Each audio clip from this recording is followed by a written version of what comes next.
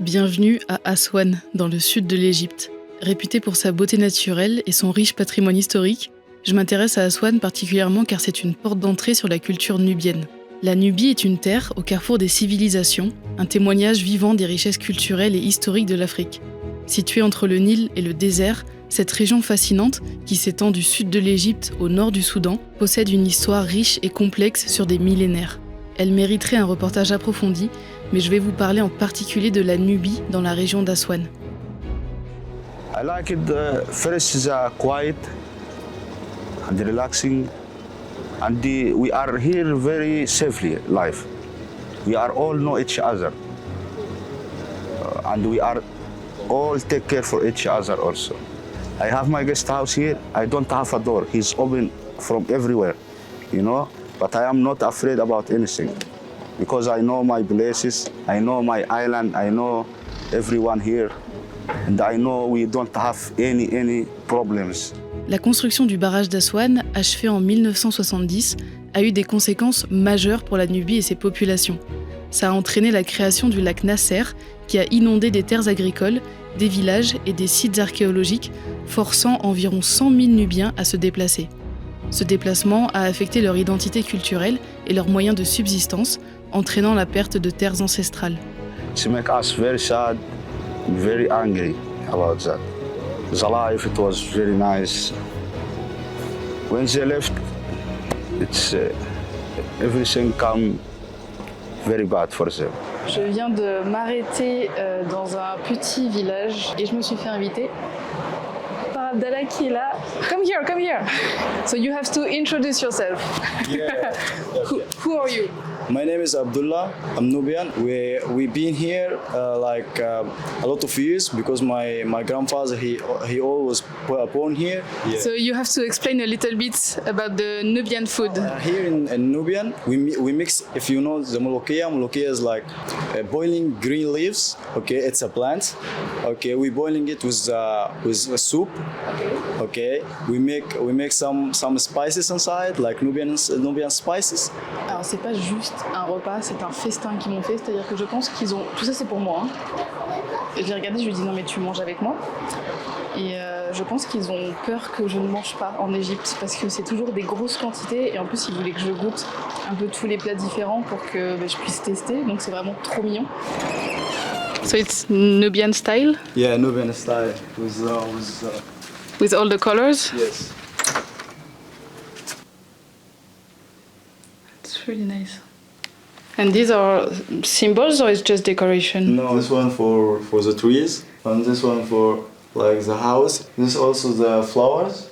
That's we are like in Okay. the middle, yeah. Okay. With the house and the flower, we live, you know. Ok. That's the symbol of. Hello, je m'appelle Olivia. Je voyage autour du monde dans le but de réaliser des reportages sur différentes cultures en allant à la rencontre de personnes inspirantes. Parfois avec mon sac à dos, d'autres fois à bord de mon 4x4 aménagé. Il m'arrive de voyager seul ou accompagné. Dans tous les cas, le but c'est de découvrir le monde à travers les yeux des gens que je rencontre. Je partage toutes mes aventures sur cette chaîne, alors n'hésite pas à t'abonner pour me soutenir.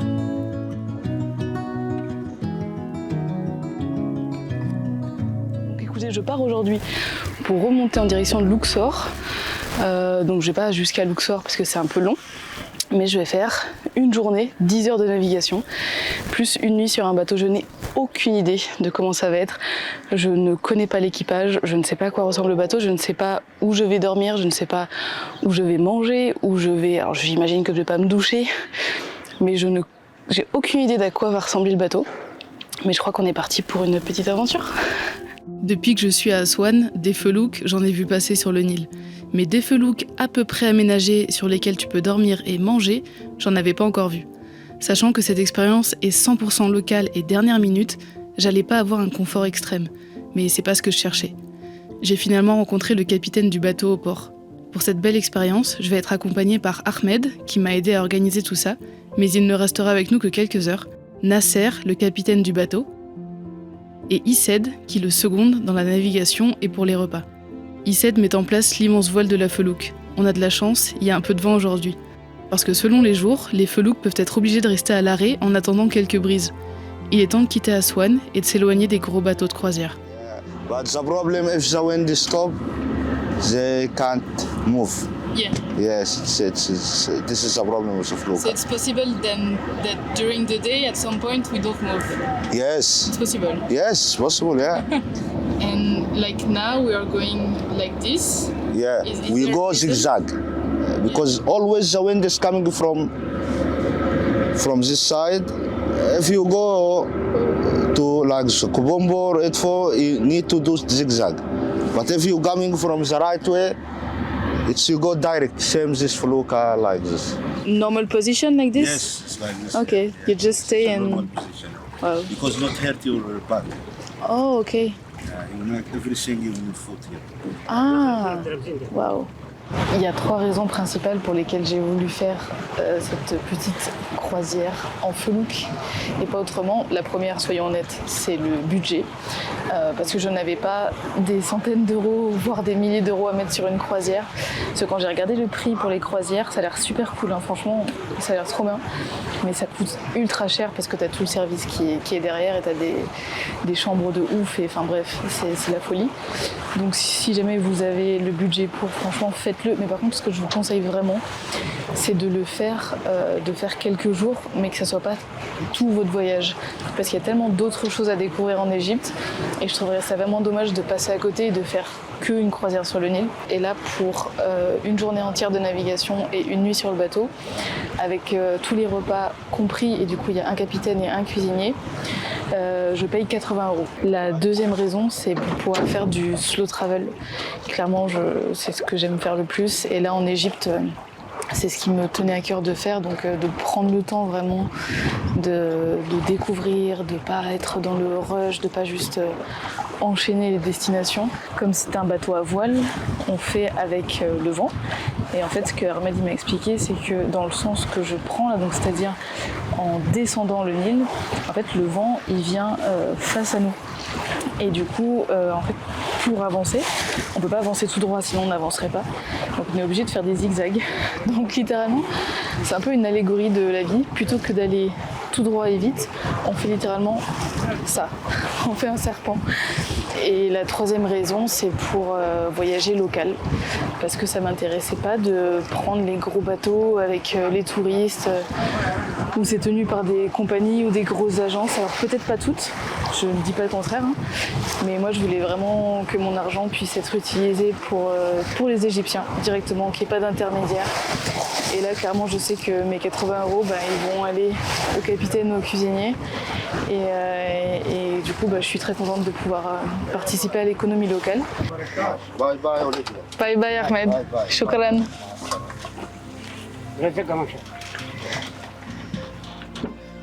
Maintenant qu'Ahmed est parti, nous voilà à 3 sur le bateau avec Nasser et Issed. On va passer la journée et la nuit ensemble sur cette felouk. You have to change because of the wind? No, because down is a bridge, the sailing, we come like this. Oh, okay. Because it's too high? Yes, the sailing. Oh. Donc là, on est censé passer pile au milieu, là, parce que c'est là où c'est le plus haut. Mais du coup, vu qu'on peut pas naviguer tout droit, on est en train de prendre à droite pour ensuite prendre la vitesse avec le vent et passer comme ça.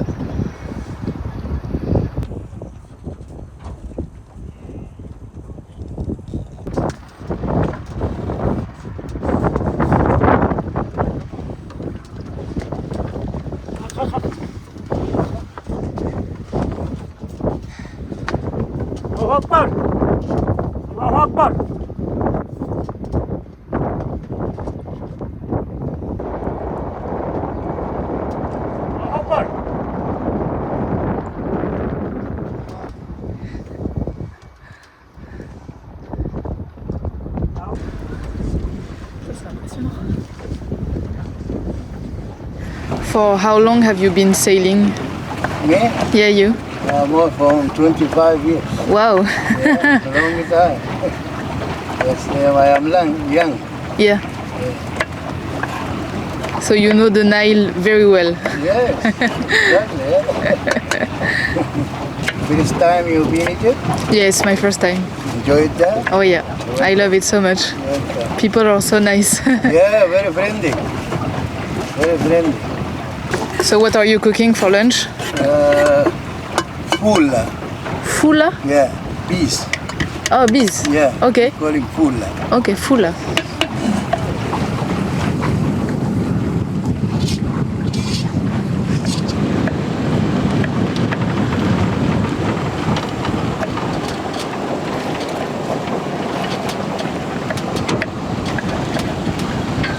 It's falafel, salad, bees. Wow. Bees, On navigue lentement sur le Nil, le doux clapotis de l'eau berce mes pensées. C'est si calme, si apaisant, et en même temps, c'est fascinant, parce que sur les berges, la vie locale au bord du Nil est en pleine effervescence. Les pêcheurs se mettent au travail, que ce soit sur leur bateau ou directement les pieds dans l'eau. Le soleil va pas tarder à se coucher, c'est tellement calme. En fait, il y a beaucoup moins de gros bateaux de croisière que je pensais, heureusement. Et en fait, il y a des moments où pendant 1 heure, 2 heures, on croise personne. Et juste, on navigue, on zigzague, beaucoup. Mais au final, c'est trop bien parce qu'on voit les deux rives. Genre, on va littéralement à la rive de droite, puis à la rive de gauche. Et on profite doucement mais sûrement. Et là, il doit rester genre 1h30 avant que le soleil se couche. Et les couleurs deviennent un petit peu plus douces. Et j'ai envie de rester sur ce bateau 1 semaine en fait. Nous avons un deuxième pont à passer. Issed se remet au travail pour gérer la voile de la felouk. Je prends le temps de tourner ces quelques images pour vous partager l'énorme travail nécessaire dans ces moments-là. Issed est âgé, j'ai pas osé lui demander son âge exact, mais il a bien dépassé son quota de travail. Et pourtant, il est toujours là, passionné par la navigation et toujours dans le besoin de gagner sa vie. Ces moments-là font beaucoup réfléchir, comme souvent en voyage.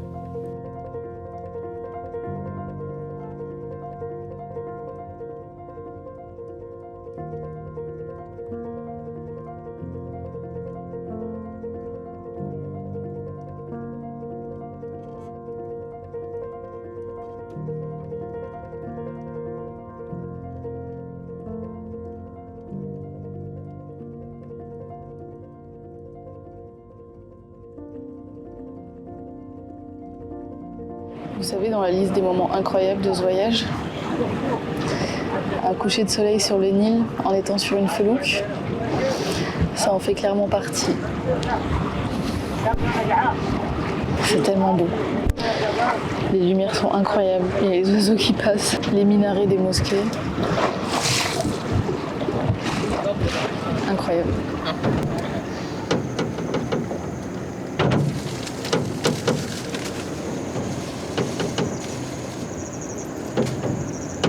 So what do you do for dinner? Chicken, potatoes with sauce, Oh, rice. oh wow. Good. Yes, very good. How do you say chicken in Arabic? Farcha. Falcha? Yeah. Falcha. Falcha. Farcha. Falcha. Farcha. Yes. Farcha. Falcha. Farcha. Ok.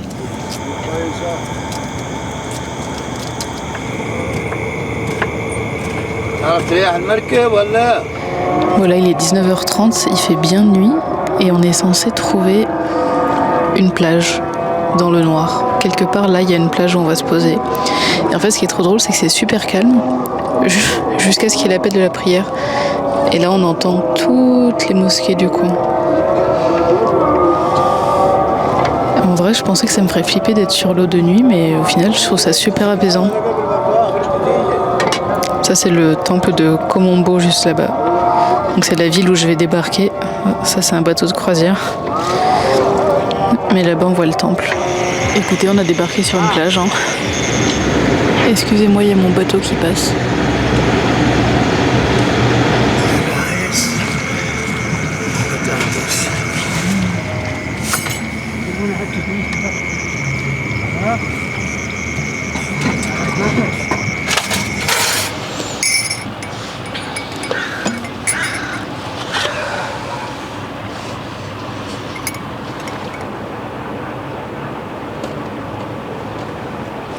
Écoutez, je me réveille au bord du Nil.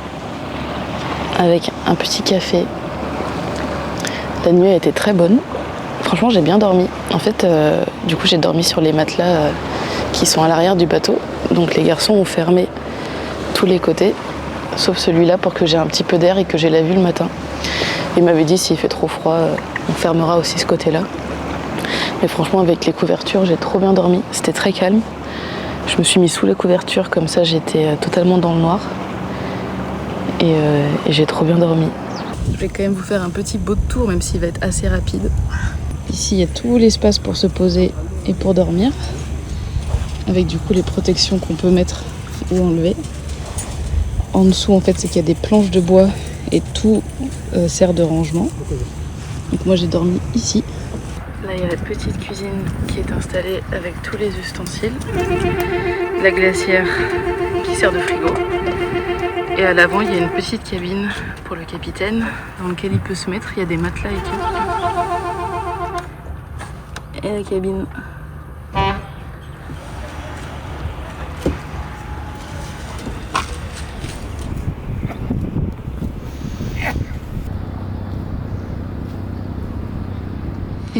Bye bye. Next time again. Yes. With you. Lots of people coming. Yeah. شكرا. شكرا. عفوا. شكرا. عفوا. Bye bye. Bye. Je suis trop triste de les quitter. C'était tellement bien. On a passé 24 heures ensemble. On a bien discuté et puis, je sais pas, tu lis des liens quoi. Ouais, j'avoue que ça me fait un pincement au cœur de débarquer sur la terre ferme, de savoir que eux vont rentrer à Aswan, ils vont naviguer toute la journée et moi je continue toute seule. Elle est là-bas ma felouk. Oh. Et encore une fois, c'est exactement pour ces moments-là, ces rencontres et ces instants privilégiés au calme que j'aime voyager à la locale en sac à dos sans trop prévoir.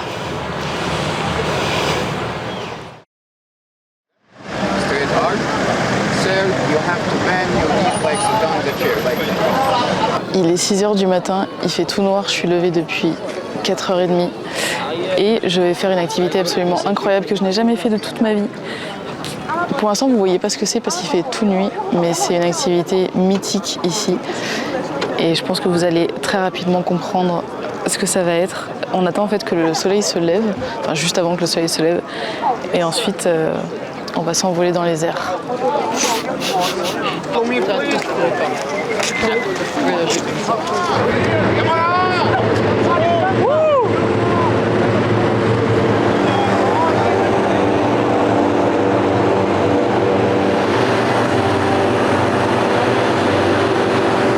Ça fait un bruit de malade, mais là du coup ils sont en train de gonfler toutes les montgolfières autour. Le soleil va bientôt se lever.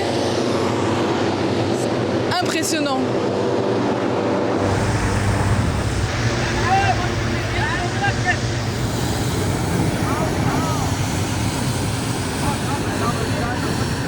J'ai super peur.